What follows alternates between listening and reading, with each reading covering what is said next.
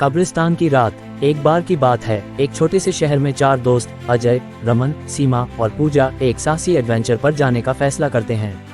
उनके बीच ये चर्चा होती है कि शहर के बाहर एक पुराना कब्रिस्तान है जहां कई भूत प्रेतों की कहानियां प्रचलित हैं। दोस्तों ने तय किया कि वे रात को कब्रिस्तान जाएंगे और वहां की असली कहानी जानने की कोशिश करेंगे। जब रात आई तो सभी ने अपने अपने लैंप्स और कुछ स्नैक्स उठाए और कब्रिस्तान की ओर चल पड़े। रात का अंधेरा, हवा की सिहरन और दूर से आती हुई भूतिया कहानियों ने सभी को थोड़ी दहशत में डाल दिया। लेकिन अजय, जो सबसे साहसी था, ने सबको हिम्मत दिलाई और कहा, डरने की कोई जरूरत नहीं है, चलो मजा करते हैं। कब्रिस्तान में प्रवेश करते ही चारों ओर एक गहरी सन्नाटा छा गया।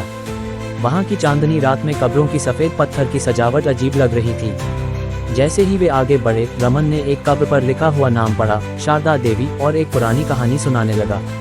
उसने बताया कि शारदा देवी को उसके प्रेमी ने धोखा दिया था और इसी कब्रिस्तान में उसे छोड़ दिया गया था।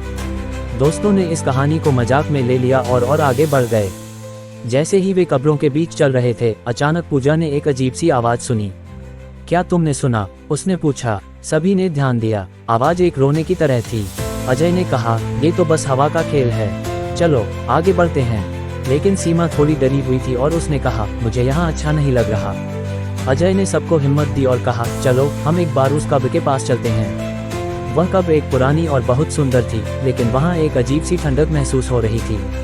जैसे ही वे पास पहुँचे, अचानक एक ठंडी हवा ने उन्हें घेर लिया और उनकी लाइटें झिलमिलाने लगीं। उस समय एक छाया उनकी आंखों के सामने प्रकट हुई। यह एक महिला थी जिसकी सफेद साड़ी उड़ रही थी। उसकी आंखों में गहरा दर्द था। दोस्तों ने चौंक कर एक दूसरे को देखा। अजय ने हिम्मत जुटाकर कहा, आप कौन हैं? महिला ने अपनी आवाज में करुणा लाते हुए कहा, मैं शारदा हूँ, मैं यहाँ भटक रही हूँ, मुझे अपनी कहानी सुनाने दो। सबको लगा जैसे जमीन में से सन्नाटा गहराता जा रहा है। शारदा ने आगे कहा, मैंने अपने प्रेमी पर विश्वास किया था, लेकिन उसने मुझे धोखा दिया और इसी कब्रिस्तान में मुझे छोड़ दिया। अब मैं यहीं बसी हूँ, मेरे प्रेम का कोई निशान नहीं बचा। अजय की आंखों में आंसू आ गए। उसने कहा, मुझे खेद है, क्या हम आपकी मदद कर सकते हैं? शारदा ने कहा, अगर तुम मेरे दर्द को समझोगे और मेरी कहानी को सबको बताओगे तो मुझे शांति मिलेगी। लेकिन जैसे ही अजय ने ये कहा, महिला का रूप अचानक बदलने लगा। उसकी आंखें लाल हो गईं और वह चीखने लगी, तुमने मेरा दर्द समझा, लेकिन अब तुम मेरे साथ रहोगे। उसके शब्द सुनकर सभी के दिलों की धड़कन तेज हो गई। अजय घबरा गया और दौड़ने लगा, लेकिन कब्रिस्तान का दरवाजा बंद हो गया। वह अपने दोस्तों के साथ फंस गया था। सीमा और पूजा ने चिल्लाते हुए कहा, अजय यहाँ से निकलो। लेकिन अजय ने हिम्मत नहीं हारी।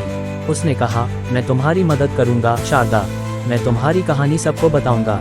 ये सुनकर शारदा थोड़ी शांत हुई, लेकिन उसके चेहरे पर गहरी चिंता थी। क्या तुम सच में ऐसा करोगे?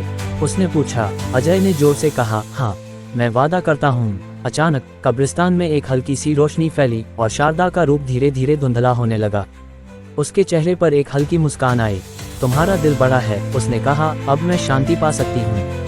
एक पल में वह धुंधली हो गई और चारों तरफ फिर से सन्नाटा छा गया। अजय ने अपने दोस्तों की ओर देखा। क्या हुआ? क्या वह चली गई? रमन ने पूछा। अजय ने कहा, हाँ, लेकिन हमें यहाँ से निकलना होगा।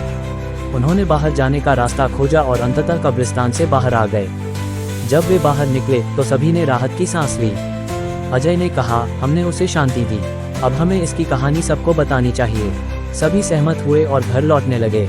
उस रात के बाद अजय और उसके दोस्तों ने शारदा की कहानी को सबको बताया और उन्होंने कब्रिस्तान की रहस्यमयी रात को कभी नहीं भुलाया। इस घटना ने उन्हें न केवल डर से बाहर निकाला, बल्कि यह भी सिखाया कि कभी कभी भूतों की कहानी भी हमारे अपने अनुभवों और संवेदनाओं का अंश हो सकती है।